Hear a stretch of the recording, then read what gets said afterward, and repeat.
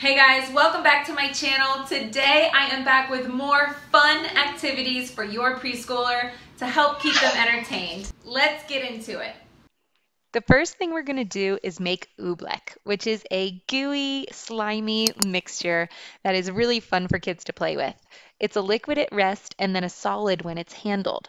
And you can make it at home. All you need is cornstarch and water. But you can actually really use any liquid. We like to substitute it for things like pickle juice, pomegranate juice, lemon juice. Really, any liquid will do, and that gives it a nice color that's fun for the kids as well. Now, you can just use water and food coloring. That will also work, but we like to use fun things just because it makes Isabel laugh. She goes through phases where she thinks it's gross on her hands and then phases where she just wants it on in her hands. But when she doesn't, we just give her a spoon instead, and then she likes to try to get the spoon through the solid slash liquid substance. And then other times she likes to add things into it. She really likes to put sprinkles, rice, beans, anything that's another texture that she can add in there and just experiment with and see what it does. Because this is a liquid slash solid, it can be kind of hard to clean up.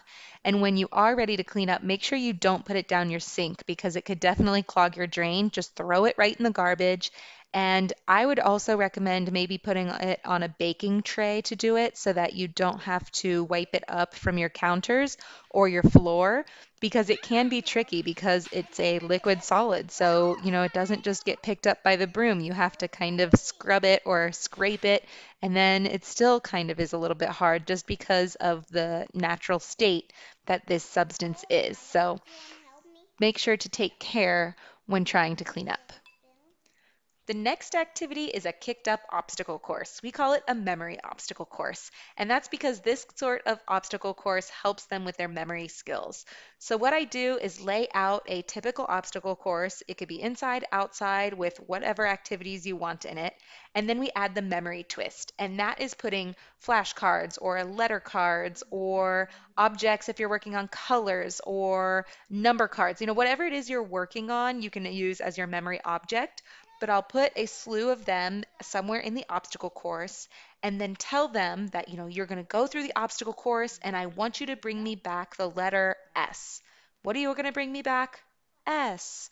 Great. And then they'll go through the obstacle course and do it, and they have to remember the letter or the word or whatever it was that I want them to bring me back. And I will not help them remember. So if they forget, they can start the obstacle course over and I'll tell them again, and then they can do it and bring it back to me. And when they get really good at it, you can have them bring back 2 objects at a time or 3, but this is a great way to help them with their memory and listening skills. The next activity is a great summertime activity.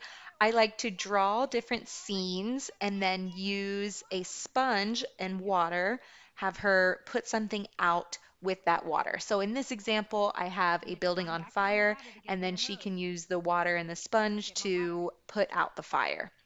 Now, to make this a little bit more interesting for her, I drew a ladder on the side, and she can actually climb the rings of the ladder to get up to the top of the building and then use her sponge or hose to put out the fire.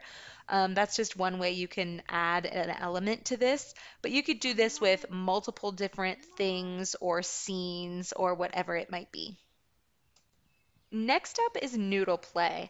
We love these noodles for so many different activities, but one way to use them is to have a ball and use the noodle to try to smack the ball into a net or into a goal. Of course, inevitably, you will likely end up playing sword fight with your noodle, no matter if you have a girl, a boy, a 2-year-old, or a 10-year-old. The next activity is to use colored paper clips to help practice sequencing. And this is actually a pre-math activity where they can start to learn to recognize patterns. Sometimes I will just build one and have her replicate it, or I will have her add what comes next. Other times I will print off a piece of paper with the paperclip sequence and have her build it from there. But whatever you choose to do, it's a great way to help them recognize patterns. And inevitably, this will also probably turn into jewelry and bracelets, but you know what? Whatever keeps them occupied.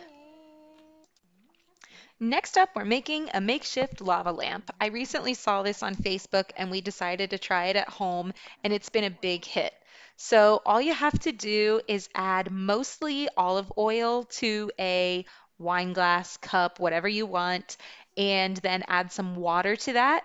Add a couple drops of food coloring. We added a little too much in this example, but I would just recommend maybe 3 or 4 drops, and then drop in an Alka-Seltzer tablet, and that will just start the fizz and start the flow. And Isabel just loved this activity. We have done it many times since, and you can keep it going by adding additional Alka-Seltzer tablets. You don't just have to do a one and done.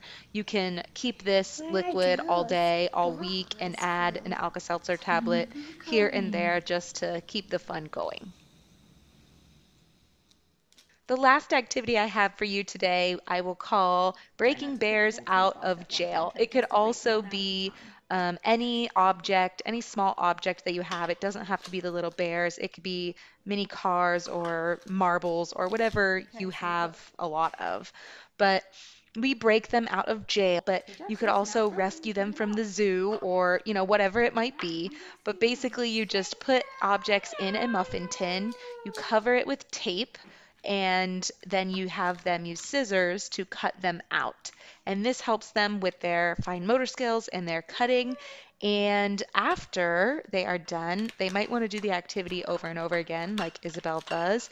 But then she also will use this just to have counting practice or sorting practice, or she'll just play with the little figurines. So this can be taken in a few different ways. All right, that's all I have for you today. I hope that these activities are fun and that you give them a try. Let me know in the comments below which one is your favorite and which one your little one liked the most. See you next time.